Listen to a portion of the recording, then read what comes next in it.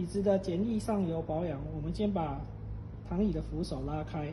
沿着最常发生异音的就是接缝处，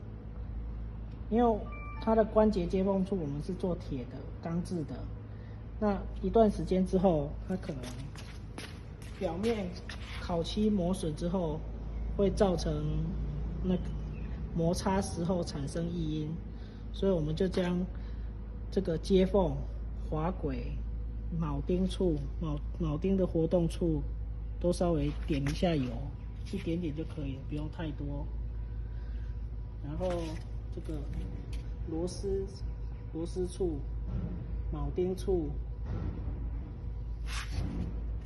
你看得到的有让铆钉固定会活动的地方，都需要简易上油保养一下。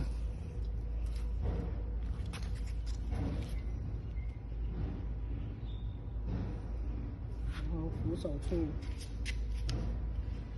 处里面